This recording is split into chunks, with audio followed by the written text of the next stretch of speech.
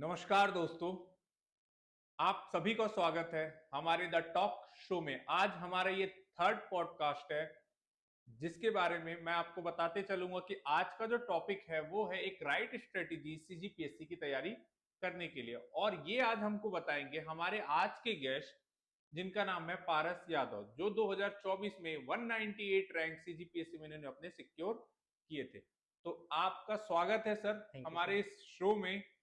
आपसे पहला क्वेश्चन हम लोग यही स्टार्ट करते हैं सर कि आपका एक छोटा सा हमको एक परिचय मिल जाए, या आप क्या बताना चाहेंगे वो बता सकते हैं। जी सर, मेरा नाम पारस यादव है और मैंने 2024 में पीएससी में 198 रैंक सिक्योर किया था।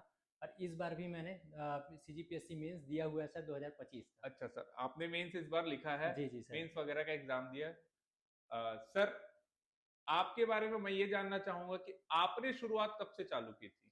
सर एक्चुअल में मैंने तो स्टार्ट 2020 से स्टार्ट किया था। जी जी बट सर। वही दिसंबर के आसपास एक फैमिली इशू आ गया, मेरे फादर का डेथ हो गया। जी तो जी उसमें सर। थोड़ा सा हॉल्ट हुआ था, फिर मैंने 2021 के बाद से मैंने फिर से स्टार्ट किया। तो लास्ट 5 मीन्स मैंने लिखे हैं सर। जी जी और सर। उसके बाद ये पिछले बार मैंने इंटरव्यू दिया, होपफुली इस बार भी इंटरव्यू के लिए जाएंगे। हमारा विश और हमारे जितने थैंक भी व्यूअर्स हैं उनकी तरफ से आपको जी विश जी जी, रहेगा इस थैंक यू बार सर। इंटरव्यू दे और अच्छे रैंक को सिक्योर जी जी करके। जी जी सर। सर, जो पिछले एग्जामिनेशन आपने दिए जी और जो अभी के इस बार एग्जामिनेशन दिए, जी जी। उसमें सर आपने क्या चेंजेस किया कि आपको इतना बड़ा पुशबैक मिला, या फिर आपने बहुत आगे बढ़ने में आपको सफलता मिली।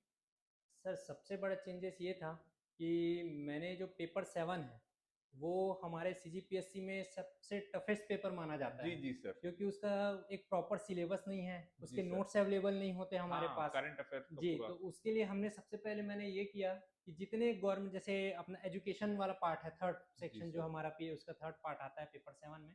तो उसके जितने एजुकेशन साइट्स हैं, मैंने वो हर एजुकेशन साइट्स विजिट किए। और उसमें जो भी नए स्कीम्स चल रहे हैं वो सारी स्कीम्स मैंने पढ़े। और 22 लाख अगर बोलेंगे जो मैंने मेहनत किया था, तो इस बार जितने सारे स्कीम्स आए हुए थे, चाहे हम लोग पीएम सेतु बोल सकते बिल्कुल हैं, सर। है ना, और हमारा एक दो और स्कीम्स और आए हुए थे, वो सारे वो स्कीम्स कवर हो गए थे सर उसमें से। मतलब सर आपकी इस बार मेहनत रंग लाई, जो हाँ। आपने मेहनत किया था वो एज इट इज पेपर में आपको देखने जी जी सर, मिला। जितने सारे मैं विजिट स्टूडेंट से बात कर रहा था, सबका यही कहना था कि सर पेपर 7 थोड़ा सा टफ आया था, थोड़ा सा प्रॉब्लम हुआ। लेकिन अगर फ्रेंकली मैं बोलूँ तो मेरा पेपर 7 सर बहुत अच्छा गया है। मतलब जो एक्सपेक्ट मैं करके चल रहा था, मैंने जितने मेहनत किया सर, वो पेपर 7 में अच्छा गया सर मेरा यानी उसमें। पुराने पेपर से जो आपने सीख लिया उसको यहाँ पे आपने जी जी मैं। इम्प्लीमेंट।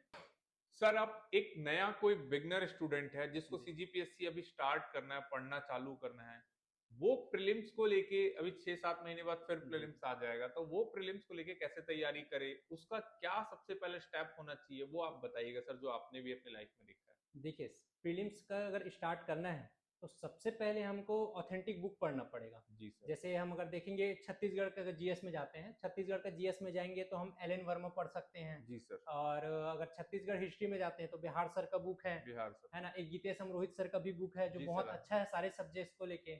और जनजातियां जो हैं उसके ऊपर भी हमारे पास गीतेश रोहित सर का बुक आता जी सर। है ना। और अब अगर जो पर्व है, तीज त्योहार हैं, जो ला हमारा कल्चर जी है। जी, उसके ऊपर लाला जगदलपुरी सर का एक बुक है सर, उस पर आप पढ़ सकते हैं। जितने प्री के जो क्वेश्चंस आ रहे हैं उसमें आ रहे हैं। फिर हम लोग इंडियन जीएस में जाते हैं सर, तो इंडियन जीएस अगर हिस्ट्री पढ़ना है तो आप एनसीईआरटी की बुक बिल्कुल वहीं से प्रीफर कीजिए, सारे क्वेश्चन ऑलमोस्ट वहीं से कवर एनसीईआरटी होते हैं पूरा जी। प्रेफर करके चल और अगर सकते हैं। इंडियन कॉन्स्टिट्यूशन में जाना है तो सर एक तो है लक्ष्मीकांत एम सर का। लक्ष्मीकांत जी सबसे बिल्कुल है। सुपर वही बुक है लेकिन सर। अगर आप मेरे से बोलेंगे तो सर मैंने तो ब्रज किशोर शर्मा पढ़ा है। जो जी सर। यूपीएससी की तैयारी कर रहे हैं उनको पता होगा ब्रज किशोर शर्मा का बुक, जी क्योंकि सर। वो मेंस राइटिंग में सर बहुत हेल्पफुल रहता हेल्पफुल है। रहता है सर। एम लक्ष्मीकांत के जो वर्डिंग्स हैं वो थोड़ा एक टफ है। नॉर्मल नॉर्मल थोड़े से लैंग्वेजेस टफ भी रहते है हैं। और हाँ थोड़ा सा हाँ कानूनी लैंग्वेज ज्यादा हाँ। देखने लेकिन मिलते हैं अगर उनसे। आप ब्रज किशोर शर्मा हो जाएंगे सर, जब आप मेंस में राइटिंग करेंगे तो वो बहुत इम्पैक्टफुल रहता है ब्रज किशोर शर्मा का बुक। जी थोड़ा सा सर। पढ़ने में एम लक्ष्मीकांत से थोड़ा सा टफ आता है, लेकिन आप पढ़ेंगे तो वो बहुत अच्छा बुक लगेगा। और बिल्कुल महेश सर। बर्णवाल सर का इंडियन ज्योग्राफी आप इंडियन पढ़ सकते ज्योग्राफी हैं। फेमस बुक बहुत महेश अच्छा बुक है वर्णवाल। सर वो, आप उन पे प्रिफर करेंगे सर, उनको पढ़ेंगे तो आपको इंडियन ज्योग्राफी बहुत ही ईजी लगेगा सर उसके जी सर। अकॉर्डिंग।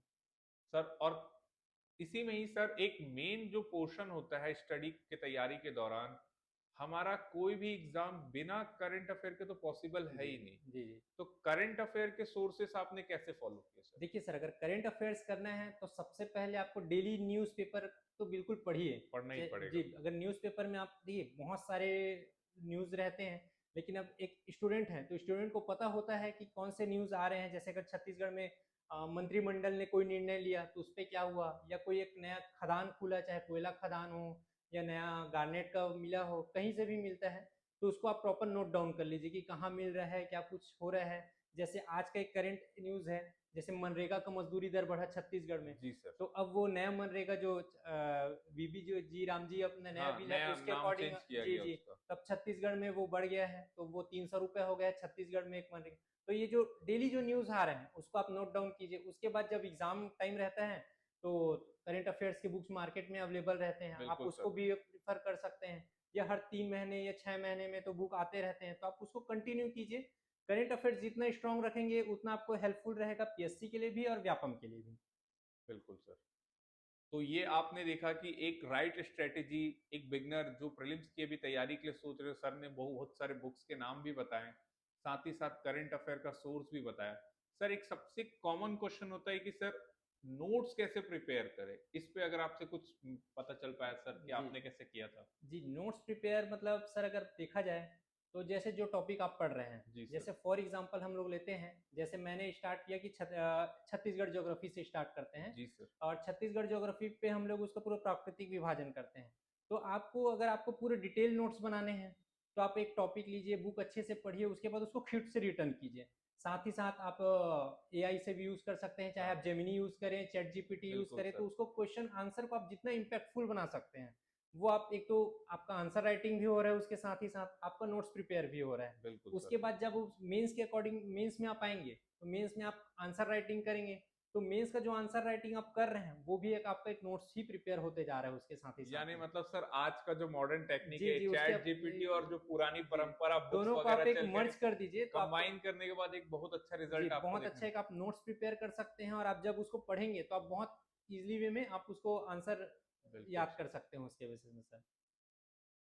तो सर जो चीज आपने प्रीलिम्स के लिए बताई, अब हम जानना चाहेंगे कि सर प्रीलिम्स के बाद अगर किसी स्टूडेंट का प्रीलिम्स निकल जाए तो सबसे बड़ी उसकी परेशान रहती है कि 3 महीने बाद जस्ट मेंस आ जाता है। जी तो जी, मेंस में सर आप क्या सजेशन करना चाहेंगे सर स्टूडेंट? देखिए सर, अगर फ्रेंकली बोला जाए तो 3 महीने में पूरा मेंस को कवर करना तो इम्पॉसिबल है। जी सर। तो उसके लिए बेस्ट वो टेक्निक ये होता है कि आप स्टार्ट जैसे कर रहे हैं, जैसे आज आप स्टार्ट कर रहे हैं तो आप प्री तो पढ़ रहे हैं, प्री के साथ साथ मेंस के भी आप पढ़ ही रहे हैं सर। जी जैसे अगर सर। हम देखेंगे तो Indian history, Chhattisgarh Chhattisgarh history, history. Chhattisgarh geography, Indian geography, सारे टॉपिक्स हमारे कवर हो रहे हैं। तो साथ ही साथ अदर जो सब्जेक्ट हैं, जैसे पेपर 7 हो गया, पेपर 6 का हम दर्शन ले सकते हैं, है ना, तो या समाज शास्त्र ले सकते हैं, सोशियोलॉजी। तो ये सारे भी आप उसको साथ ही साथ आप पढ़ते जाइए। उसके बाद जब मेंस में आप रिटर्न करेंगे तो सबसे पहले जब आप लास्ट 3 मंथ्स रहते हैं तो हर कोचिंग वाले में आपको नोट्स तो मिल ही जाएंगे, आंसर राइटिंग का सर बना बुनाया मिलता है। तो आप उसमें क्या कीजिए, प्रीवियस ईयर के जो क्वेश्चंस पेपर आए हैं बिल्कुल सर। उसके क्वेश्चंस लिखिए, खुद से आप पढ़ रहे हैं तो उसका आप क्वेश्चन बना सकते हैं। तो उसके बाद उसका हर टाइमर सेट कीजिए और एक एक क्वेश्चन का आंसर लिखिए, 2 नंबर का क्वेश्चन, 4 नंबर का क्वेश्चन, 8 नंबर। शुरू शुरू में लिखने बैठेंगे तो आपको हो सकता है कि अच्छा नहीं लगेगा, आप जब लिख के जाएंगे उसके बाद आपको लगेगा कि मैं अच्छा नहीं लिख रहा हूँ, लेकिन अब याद प्रयास करते जाइएगा। आप एक दिन नहीं अच्छा लिखेंगे, 2 दिन अच्छा नहीं लिखेंगे, तीसरे दिन आप खुद देखेंगे कि आप उसी क्वेश्चन को जब तीसरे बार लिखेंगे तो आपने उसका आंसर बहुत अच्छा लिख चुके रहेंगे। तो ये आपको इम्प्रूवमेंट रहेगा सर आप जी सर, आंसर यानी में। मतलब मल्टीपल टाइम प्रैक्टिस और जी जी प्रैक्टिस और प्रैक्टिस, जी जी, बस यही जितने बार इसका आप आंसर राइटिंग करेंगे उतने बाद आपका इम्प्रूवमेंट होता रहेगा। और इम्प्रूवमेंट मतलब सफलता के जी आपको नजदीक जी, पहुंचने अब मेंस का लगेंगे। सबसे बड़ा वो रहेगा की पॉइंट आपका आंसर राइटिंग। आप जितना पढ़ लें नहीं रहेगा, जब तक आप उसको लिख नहीं पाएंगे, लिखने नहीं आएगा, तब तक उसका कोई वैल्यू नहीं रहेगा। इसलिए जितना आप मेंस के लिए आंसर राइटिंग कर सकते हैं या अभी से कर सकते हैं तो अभी से आप कम से कम 2 घंटा दीजिए। बिल्कुल सर। तो ये था आपका प्रीलिम्स और मेंस का एक स्ट्रेटेजी सर के तरफ से। सर आप से एक और क्वेश्चन है कि मेंस में सबसे स्कोरिंग पेपर कौन सा आपको लगा और कौन सा इजी पेपर था? ये दो क्वेश्चन है कि पहला कि सबसे स्कोरिंग और सबसे इजी पेपर आपको कौन सा लगता है? सर सबसे ज़्यादा स्कोरिंग बोलेंगे तो पेपर 1 और पेपर 2 है। पेपर 1 लैंग्वेज और जी सर। पेपर 2 ऐसे। ऐसे। तो पेपर 1 लैंग्वेज है, हम लोग पेपर 1 को हम लोग थोड़ा सा कैजुअली ले लेते हैं जबकि आप देखेंगे जितने लोगों का सिलेक्शन होता है मोस्टली पेपर 1 और पेपर 2 में ही उन लोग का हाईएस्ट स्कोरिंग रहता है। बाकी सर पेपर में देखेंगे तो सर एवरेज मार्क्स ही मिलते हैं। जैसे पेपर आप 6 में जाएंगे दर्शन वगैरह में तो उसमें 80 टू 90 के बीच ही मार्क्स मिलेगा। पेपर 3 में आप कितना अच्छे लिख लें 80 से 95 बहुत ही कम लोगों का होगा जिनका 100 के ऊपर जाएगा। तो पेपर 1 और पेपर 2 एक ऐसा पेपर है जिसमें आप सबसे ज़्यादा स्कोर कर सकते हैं। और पिछले कुछ साल अगर देखेंगे तो पेपर 4 एक बहुत अच्छा हाई स्कोरिंग था, लेकिन अभी कुछ लास्ट 2 या 3 ईयर से पेपर 4 में हाई स्कोरिंग नहीं हो रहा है सर। कुछ कुछ ही छोड़ दें तो, क्योंकि कई बार क्या हो रहा है कि साइंस सेक्शन टफ आ जा रहा है। जैसे इस बार हुआ कि मैथ सेक्शन देखने में ऐसा लग रहा था कि क्वेश्चन बन जाएंगे, लेकिन इतने लेंथी थे कि अगर आप मैथ्स में जा रहे हैं तो आप कुछ ना कुछ सेक्शन छूट रहा था। तो पेपर 1 पेपर 2 ज़्यादा ही अच्छा है स्कोरिंग करने के लिए सर। सर एक क्वेश्चन और हमारा इसी में ही आपका कंटिन्यू कि रोज कितने घंटे पढ़ाई करना चाहिए एक बिगनर को, या कितना घंटे कोई जॉब के साथ है, कोई घर पे अभी कॉलेज पढ़ रहा है, तो बच्चों के मन में आता है कि कितने घंटे हम लोग डेली पढ़ाई करें, इस पे क्या राय रहेगी सर आपकी? सर अगर मेरा पर्सनल व्यू देखेंगे तो मैं तो यही सजेस्ट करूंगा, अगर आप डेली 6 टू 7 आवर्स निकाल ले रहे हैं तो आपको वेरी इनफ टाइम है, उतना टाइम आपको रिक्वायरमेंट है। अगर आप बिगिनर हैं तो आपको तो चाहिए ही चाहिए। अगर आप कोचिंग कर रहे हैं, खुद से सेल्फ स्टडी कर रहे हैं, तो आपको कम से कम 8 घंटे तो देने ही है, क्योंकि आप बिगिनर हैं तो मतलब आपको ज़्यादा मेहनत करना पड़ेगा, नए नोट्स प्रिपेयर करने पड़ेंगे। तो उसमें आपको जितना ज़्यादा टाइम दे सकते हैं। और जो जॉब में है वो मिनिमम आई थिंक 5 आवर्स तो निकाल सकते हैं। जैसे मैं एग्जांपल देना चाहूँगा, अभी हमारे सिलेक्शन हुए हैं सर, पेपर 3rd रैंक आया था। सर जी जी, देवांगन सर का हुआ है। सर का सर है ना, तो वो जॉब में भी थे और जॉब के साथ साथ अपना उन्होंने प्रिपरेशन भी स्टार्ट किया सर। तो प्रिपरेशन में भी वो डेली 5 टू 6 आवर्स, उनके बच्चे हैं, फैमिली है, सबको देते थे, लेकिन उसके साथ साथ वो प्रिपरेशन भी करते रहते थे। जी सर। तो मैं तो यही बोलूंगा, आप कम से कम 5 से 6 घंटा अगर जॉब में है तो निकाल लीजिए। अगर आप सिर्फ प्रिपरेशन ही कर रहे हैं घर में बैठ के तो आप 8 आवर्स तो दीजिए दीजिए। बिल्कुल सर। तो ये हमारा कुछ ऐसा रूटीन है कि कम से कम आपको मिनिमम 5 टू 6 आवर आप डेली अगर आप पढ़ पा रहे हैं, अपना कंटिन्यूअसली रीड कर पा रहे हैं, बुक्स नोट सारा चीज बना पा रहे हैं, तो कहीं ना कहीं सीजीपीएससी की सीट्स आपका भी इंतजार कर रही है। तो सर आपका प्रीलिम्स आपने बहुत अच्छे से बताया सर, धन्यवाद हमारे व्यूअर्स की तरफ से मैं आपको कर दे रहा हूँ। और साथ ही साथ मेंस भी काफी अच्छा है, इन्होंने बताया कि कैसे तैयारी करना है, कितने घंटे की पढ़ाई करनी है। अब सर जो सबसे टफेस्ट राउंड होता है सीजीपीएससी का, वो लास्ट राउंड इंटरव्यू पे सर आप क्या बताना चाहेंगे कि आपका पिछले साल का जो इंटरव्यू का एक्सपीरियंस रहा है उस पे कुछ बताएं, और इंटरव्यू की तैयारी पे क्या करें कि कैसा रहता है? देखिए, इंटरव्यू एक ऐसा सेक्शन है जहां मैं नहीं समझता सर कि किसी को डर नहीं लगता, चाहे वो 4 बार इंटरव्यू दिया रहा हो या पहले बार इंटरव्यू दिया है। जब आप उस रूम में जाएंगे, आपके सामने हेड बैठे रहेंगे, 4 और बैठे रहेंगे, पैनल्स जो रहते हैं उनके, तो आप उनको देख के फर्स्ट में इंप्रेशन में आपको थोड़ा सा डर लग जाता है, एक हेजिटेशन आ जाता है। बिल्कुल बिल्कुल। लेकिन आप जैसे आप बैठेंगे, आप आंसर देना स्टार्ट करेंगे, आपका जो डर खत्म हो जाता है। लेकिन बहुत से लोगों को ऐसा भी रहता है सर कि उनको एक जो हेजिटेशन रहता है या डर रहता है, सिवरिंग आ जाता है, तो उसके वजह से उनका नंबर भी कम हो जाता है। जैसे आप देखेंगे कि इंटरव्यूज के मार्क्स देखेंगे, किसी को 36 भी मिलता है आउट ऑफ 100, किसी को 40 मिल रहा है। तो वो रीजन ये होता है कि आप डर के मारे आप आंसर नहीं दे पाते उसका। तो इसलिए सब जी उसके लिए आपको आंसर पता है, लेकिन आप डर इतने जा रहते हैं सामने पैनल से, या घबरा जा रहते हैं कि आपको दिमाग में आंसर भी उस टाइम में नहीं आते रहता। तो इसलिए सबसे बढ़िया, शुरू में बिल्कुल डर लगेगा, लेकिन चाहिए और एकदम रिलैक्स होके बैठिए। जैसे आप नॉर्मल, आप ऐसा समझिए कि मेरे सामने वाला फ्रेंड मेरे से क्वेश्चन कर रहा है, तो जैसे मेरे फ्रेंड क्वेश्चन कर रहे हैं, तो जैसे हम लोग अपने फ्रेंड के सामने आंसर देने में हेजिटेट नहीं होते, बिल्कुल आप उनको एज इमेजिन कर लीजिए कि वो मेरे फ्रेंड है जो मेरे से क्वेश्चन कर रहे हैं। ये बहुत अच्छा है जी जी बिल्कुल, उसके अकॉर्डिंग आप आंसर देना स्टार्ट करेंगे तो आपको जो डर रहेगा वो खत्म होते जाएगा। और जो आंसर नहीं पता उसको बिल्कुल एक स्माइल के साथ, सॉरी सर मुझे अभी मैं रिकॉल नहीं कर पा रहा हूँ, बस इतना आंसर दीजिए। जबरदस्ती का झूठ बोलने का, ये आंसर देने का कोशिश मत कीजिएगा, ओवर स्मार्ट नहीं जी बनना है। बिल्कुल ओवर स्मार्ट बनने का बिल्कुल कोशिश मत कीजिएगा। नहीं पता तो हो सकता है आपसे 10 क्वेश्चन करें और आप सिर्फ 2 का आंसर दे पाए, और कई ऐसे रहेंगे जो हो सकता है 6 का आंसर देंगे। लेकिन पॉसिबल ये है कि आपने जितने ईमानदारी के साथ आपने आंसर दिया रहेगा, जितना कॉन्फिडेंस के साथ दिया रहेगा, तो आप 2 आंसर दे के भी आप बहुत अच्छे स्कोर कर सकते हैं एज कम्पेयर टू जिन्होंने 6 आंसर दिए होंगे। जी बिल्कुल सर। सर राइट स्ट्रेटेजी क्या रहती है सर इंटरव्यू की तैयारी करने के लिए? मतलब जैसे कई बार होता है कि हमको ये बोला जाता है कि मिरर के सामने प्रैक्टिस करिए, जी, जी। अपना बायो जो है उसको अच्छा प्रिपेयर कर करके आप कहाँ से आ रहे हैं, तो ये सारी चीजों पे आपने कैसे मेहनत की थी और आपने कभी मिरर के सामने प्रैक्टिस किया था कि नहीं सर? ये थोड़ा सा हम लोग सर जानना जी, चाहेंगे। फ्रैंकली स्पीकिंग सर मैंने भी देखा था कि सारे बोलते हैं कि मिरर के सामने हम लोग को प्रैक्टिस करना चाहिए। जी सर मिरर के सामने तो मैं जवाब ही नहीं दे पा रहा था। मैं फ्रैंकली बोलूँगा तो मेरे से तो हो ही नहीं पा रहा था सर, बहुत से लोग से होता होगा। जी जी तो सर। मैं उसके लिए क्या किया सर, मैंने अपने फ्रेंड्स को बुलाया। मैं डेली उनको इवनिंग में बुलाता था, उनको बोलता था मेरे से कम से कम 15 से 20 मिनट आप मेरा सर क्वेश्चन आप क्वेश्चन अपने से इंटरव्यू प्रिपेयर जैसे। करके लाइए इंटरव्यू में। मैं किस फील्ड में जॉब कर रहा हूँ या मेरे जॉब से रिलेटेड क्वेश्चंस कीजिए, जीएस से रिलेटेड क्वेश्चन कीजिए, करंट अफेयर्स हैं, तो वो रैपिड फायर टाइप से मेरे से क्वेश्चन करते रहते थे। अब मैं उससे आंसर देते रहता था सर। मिरर से तो मेरे से नहीं हो पाया, हाँ, लेकिन अगर जब मैंने अपने फ्रेंड्स लोग को बुलाया, 2-3 फ्रेंड्स मेरे डेली कम से कम आधा घंटे आके मेरे लिए समय निकालते थे, मेरे से क्वेश्चन करते थे। जी उससे सर। सर क्या हुआ, मेरा कॉन्फिडेंस बूस्ट हो गया। मैं आंसर देने में मैं घबरा नहीं रहता। तो ये मेरे लिए सबसे ज़्यादा बेनिफिट किया सर। बेनिफिशियल रहा जी, सर। जी, बिल्कुल, बिल्कुल। और दूसरा बात प्रिपरेशन के लिए, देखिए आप जिस फील्ड में जॉब कर रहे हैं उसका तो पूरा कंप्लीट नॉलेज आप रखिए। चाहे आप जॉब कर रहे हैं या आप स्टडी कर रहे हैं, आप जो भी कर रहे हैं, आप उसका मतलब बोल सकते हैं आप पूरा डिटेल नॉलेज आपको रखना जरूरी है। साथ ही साथ जीएस सेक्शन है वो आप स्ट्रॉन्ग रखिए।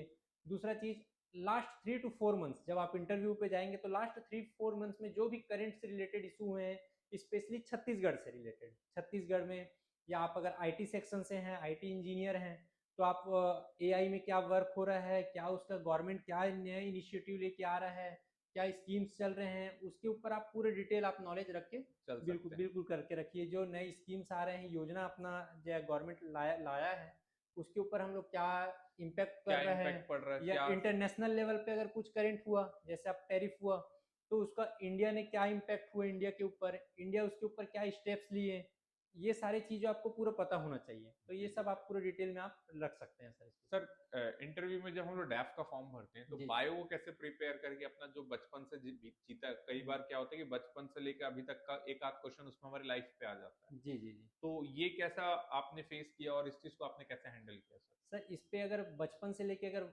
प्रेजेंट के सिनेरियो पे पूछा जाता है तो मोस्टली हॉबी से रिलेटेड ही क्वेश्चन किया जाता है कि ओके आप सर। जब स्टार्ट हुए और अभी प्रेजेंट है, तो आप हॉबी जो आपका था वो अभी भी वही हॉबी है कि आपका चेंजेस होते गया। तो आप हॉबी पे ही मेन उस पर फोकस रहता है सर।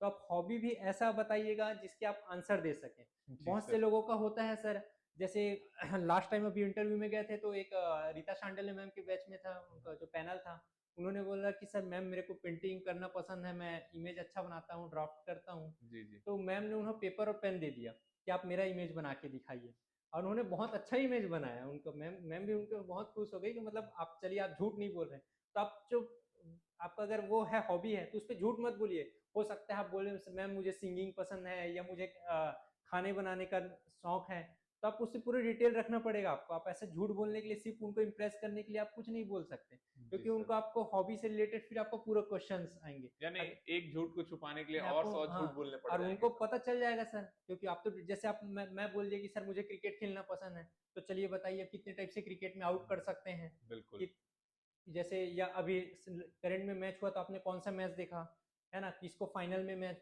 हुआ। जैसे मैंने बोला था कि सर मुझे क्रिकेट खेलना पसंद है, तो मैम ने मुझे यही क्वेश्चन किया था कि चलिए ठीक है आपको क्रिकेट खेलना पसंद है, तो एट दैट टाइम में sir Indian women's world cup हुआ था।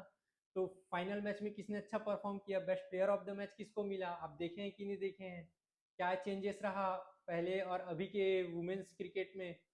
तो ये सारे क्वेश्चंस आपके ऊपर रैपिड फायर के रूप में ही आएंगे। तो इसलिए हॉबी आपको एकदम अच्छे से प्रिपेयर करना है, झूठ नहीं बोलना है, जो आपका हॉबी है वही बताइएगा, और जो भी है उसको डिटेल में आपको पता होना चाहिए। जी सर। तो ये भी जाना आपने प्रीलिम्स मेंस और इंटरव्यू का। आज सर ने सारी चीजों को काफी डिटेल में आपके लिए समझाया, तो होप आप ये वीडियो आपके लिए बहुत इंपॉर्टेंट रहेगा और आप इसको अपने दोस्तों के साथ जरूर शेयर करिएगा। चलिए, कुछ कई बार क्या होता है हम किसी चीज को करने के लिए स्टार्ट तो कर देते हैं, चलते भी थोड़े दूर है, लेकिन एक थकावट सी आ जाती है, लाइक हमारा मोटिवेशन बहुत डाउन हो जाता है। तो सर से भी हम लोग ये जानना चाहेंगे, सर मोटिवेशन के लिए क्या किया था आपने? क्योंकि बहुत लंबी जर्नी होती है सीजीपीएससी की, एक साल अगर प्रीलिम्स क्लियर किया, मेंस दिया, लेकिन इंटरव्यू कॉल नहीं, अगले साल इंटरव्यू कॉल आ गया लेकिन इंटरव्यू निकला नहीं।